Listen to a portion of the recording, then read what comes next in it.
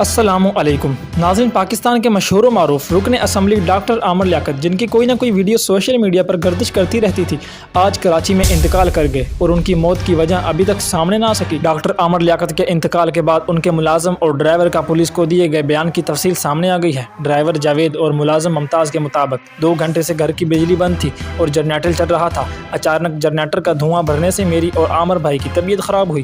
ملازم ممتاز نے پولیس کو دیے گئے بیان میں کہا کہ جنریٹر 1 ہفتہ قبل ہی خریدا تھا لیکن کچھ دنوں سے خراب چل رہا تھا۔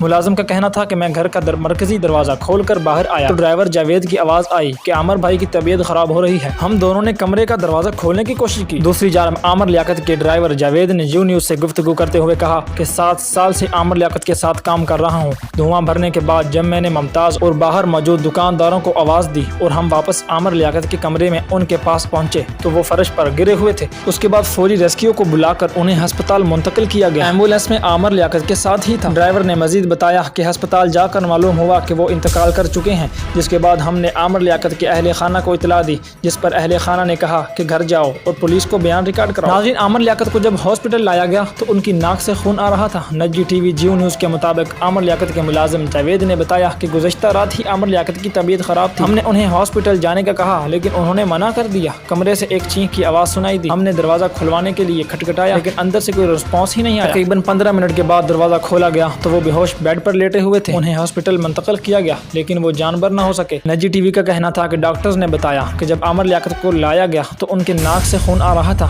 اس لیے وجہ موت جاننے کے لیے پوسٹ مارٹم بہت ضروری ہے تاکہ یہ معلوم کیا جا سکے کہ اگر انہوں نے کوئی دوا لی تھی تو کہیں وہ ری ایکشن تو نہیں کر گئی۔ موت کی حتمی وجہ کا تعین پوسٹ مارٹم سے ہی کیا جا سکے گا۔ ناظرین، عامر لیاقت کی تیسری شادی کی طلاق ہونے کے بعد ہی وہ کافی پریشان سے رہتے تھے اور انہوں نے یہ بھی کہا تھا کہ میں ان قریب پاکستان چھوڑ کر چلا جاؤں گا۔ اب ان کی موت ہے یا حادثہ، یہ تو پوسٹ مارٹم کے بعد ہی پتہ چلے گا۔ یہ تھی اب تک کی خبر۔ مزید اپڈیٹ کے لیے ہمارا یوٹیوب چینل روز انفو کو سبسکرائب کریں۔